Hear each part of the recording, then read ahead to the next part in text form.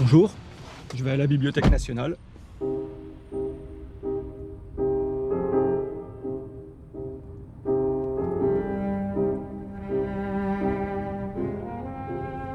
L'égarement, c'est quelque chose de très contemporain qui nous travaille tous, qui nous concerne tous.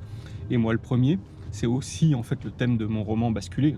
Ce sont des personnages qui sont tous d'une manière ou d'une autre égarés, parce que tous se sentent privés de leur liberté, impuissants, dans les phares d'un avenir qui leur arrive dessus, mais sans qu'ils sachent comment réagir.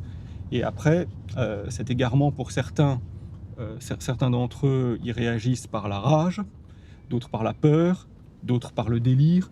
Certains, après s'être vraiment passés dans l'essoreuse de l'égarement, de la rage, du délire, vont finir par le traverser et entrevoir autre chose. Je préfère prendre l'égarement vraiment comme le point de départ plutôt que comme le point d'arrivée.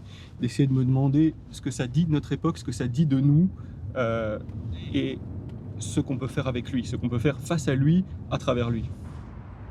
Je pense que nous sommes dans une époque d'égarement, et d'égarement nerveux et frénétique. Cet égarement nous pousse à agir, mais à agir sans que nous sachions pourquoi.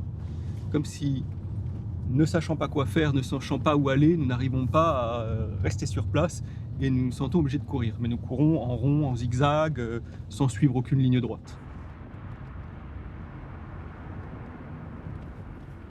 La première chose, c'est de reconnaître qu'on est égaré, de faire le point sur ça, peut-être d'essayer d'arrêter la frénésie, d'arrêter de courir dans tous les sens et d'assumer vraiment son égarement, d'essayer de le regarder en face, d'essayer de l'éprouver dans toute son intensité, dans toutes les nuances, dans toutes ses nuances, dans toute sa variété. Je pense que c'est quelque chose que nous avons à traverser. Et pour le traverser, il faut vraiment l'assumer. Il n'y a pas de solution collective à l'égarement individuel, et de la même manière, si on fait reposer sur les individus seuls quelque chose qui est aussi collectif, on ne peut pas faire l'un sans l'autre, mais il ne faut pas confondre l'un avec l'autre. Par la force des choses, par la force de tout ce qui s'est passé, par la force de la crise sanitaire, des confinements, etc.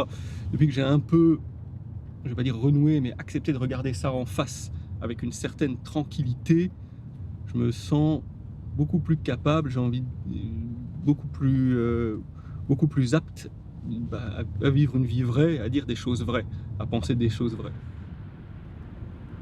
Vivre au présent, c'est être exposé à de l'inattendu qui, c'est le cas de le dire, frappe de toutes les manières, que ce soit positivement, négativement, sous la ceinture, parfois au-dessus. Parfois même, ce qui est inattendu, c'est que ce qui arrive, c'est ce qui était attendu. L'avenir est à la fois une ressource, une menace, mais c'est pas quelque chose sur quoi je puisse avoir la main. Quelle que soit la dureté du mal qu'on vit, il n'est jamais tout.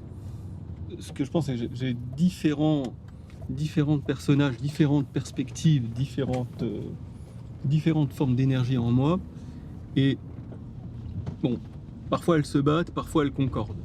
Il y a quelque chose qui pousse toujours à aller plus loin, à ne jamais se laisser tomber, s'affaisser sur soi-même. Dans le fait d'être vivant, il y a quelque chose qui vous pousse quoi qu'il arrive, quoi qu'il en soit. Enfin, je veux dire, mais après, à vous pousse à quoi? Je ne sais pas. Ça vous pousse aussi parfois à être fou, c'est aussi ça qui vous pousse à la rage, c'est aussi ça qui fait qui nous pousse à nier notre propre égarement et à partir dans toutes les directions et à tourner en rond. Vivre, la vie, c'est en soi une poussée qui est aveugle, opaque, et donc qui est grosse de beaucoup de choses, et pas seulement du bien, et pas seulement de l'espoir, et pas seulement de la création. Il y a toujours du possible au-delà de ce qu'on peut concevoir, au-delà de nous-mêmes. Là, on est à la Bibliothèque nationale de France, qui est mon lieu de travail et parfois aussi mon lieu d'étude. Bien, merci beaucoup, et passez un bon dimanche.